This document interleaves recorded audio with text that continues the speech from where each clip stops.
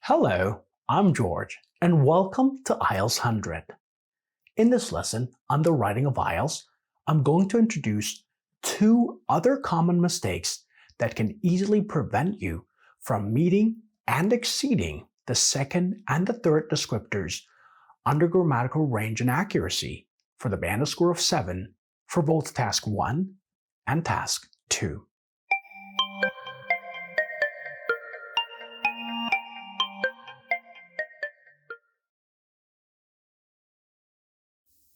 To achieve the band score of 7, candidates need to produce frequent error-free sentences and have good control of grammar and punctuation, but may make a few errors.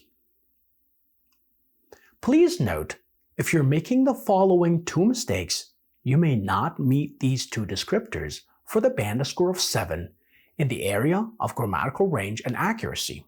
So, without further ado, let's get started. Mistake number 1. Dangling modifiers. In order to help you understand what dangling modifiers are and how you can avoid them, first I need to teach you what a phrase is.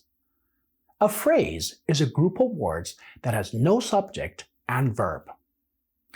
Despite the recession, legalizing abortion, out of curiosity, held responsible are examples of English phrases. As you can see, none of these phrases have a subject or a verb. Please note that legalizing is not a verb, it's a present participle. And held is not a verb either, it's a past participle. In order to learn more about phrases, please watch video lesson 6. Now, when these phrases are used to modify a word in a sentence, they're called a modifier phrase. So, a modifier phrase is a phrase that gives more information about a word in the same sentence. Look at this example. Apart from lowering CO2 emissions, electric cars can also reduce noise pollution. In this example, apart from lowering CO2 emissions is a modifier phrase that gives more information about electric cars. See another example. To lower maternal mortality rate, the government needs to lift the ban on abortion. To lower maternal mortality rate is a modifier phrase that is giving more information about the government. Here is one more example. Despite the recession, the central bank is planning to raise the key interest rate. In this example, also, the phrase "despite the recession" is providing more information about the central bank. Now that you have a general idea about modifier phrases, let me tell you what the word dangling means. Dangling means hanging or swinging loosely. So if you make a dangling modifier mistake, you're using a modifier that is hanging or swinging loosely. But what does that mean exactly? It means the noun that the modifier phrase is trying to give some information about is missing in the sentence. Therefore, the modifier phrase cannot be understood or may be misunderstood. See this example. By lifting the ban, abortion can be easily accessible to all women. In this example, by lifting the ban is a dangling modifier phrase. If you look more closely, you will realize that the subject of the sentence is abortion, and logically, abortion cannot be lifting the ban. In this case, the modifier phrase is dangling, as we do not know who or what organization is lifting the ban.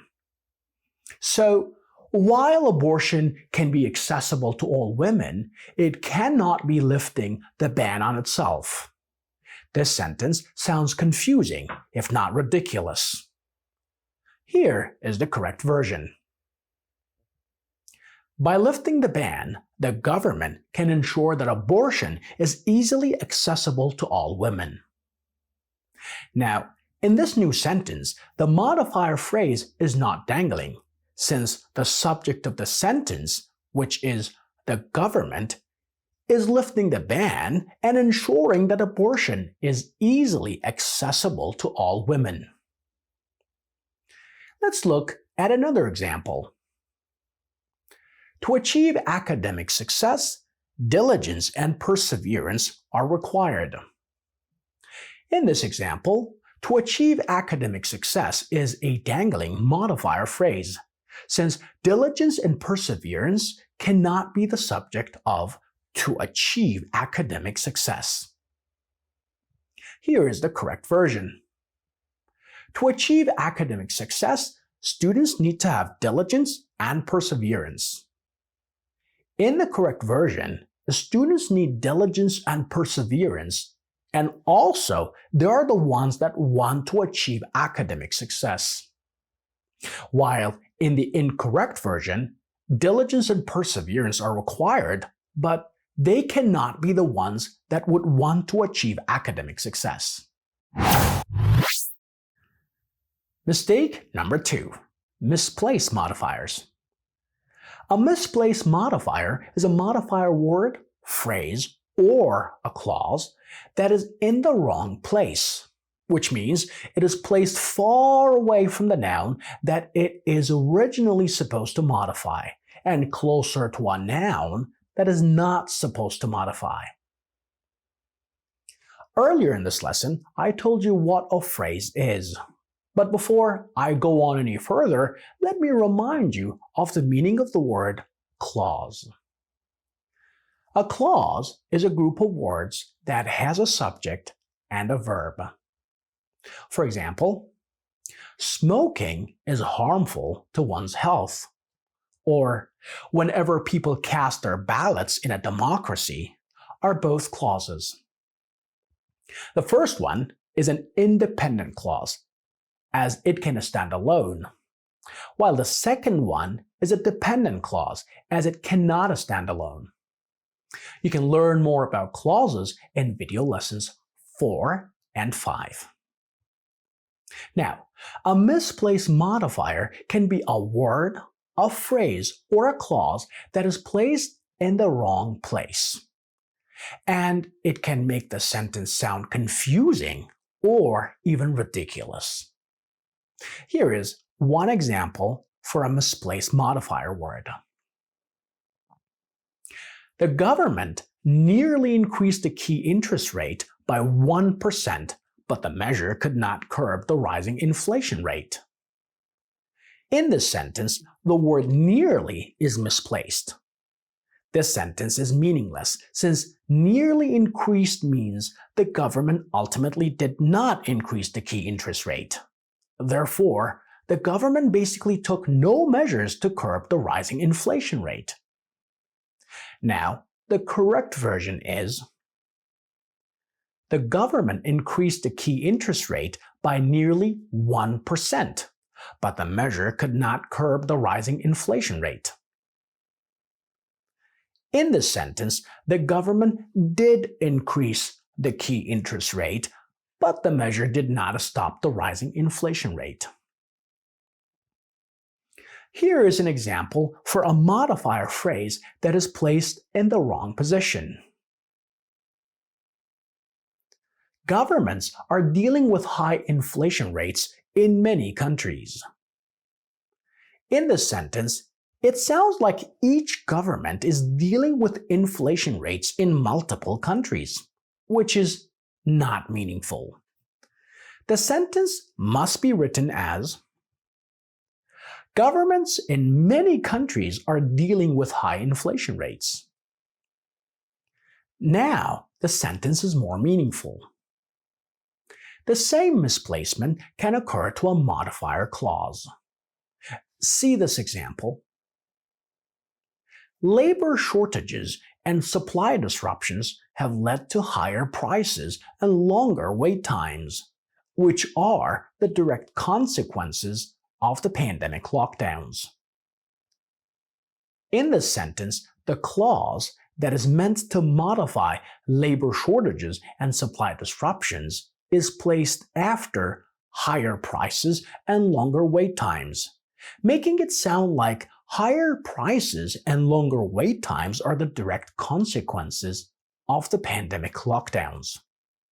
But we know that higher prices and longer wait times are caused by labor shortages and supply disruptions. So the clause needs to be placed after labor shortages and supply disruptions. Labor shortages and supply disruptions, which are the direct consequences of the pandemic lockdowns, have led to higher prices and longer wait times. This is the end of video lesson 3. Let me recap what I have taught you so far in core video lessons 1, 2, and 3. In these 3 lessons, I taught you how to avoid 7 common mistakes that candidates make in their writing. At this stage, you may still need to watch these 3 video lessons a few more times and maybe study a bit on your own before you continue. In core video lessons 4 to 6, I will be covering some structures that will help you not only digest the previous lessons, but also meet and hopefully exceed the first descriptor under grammatical range and accuracy, which requires candidates to use a variety of complex structures. In the meantime, make sure to subscribe to my channel for the most recent video lessons.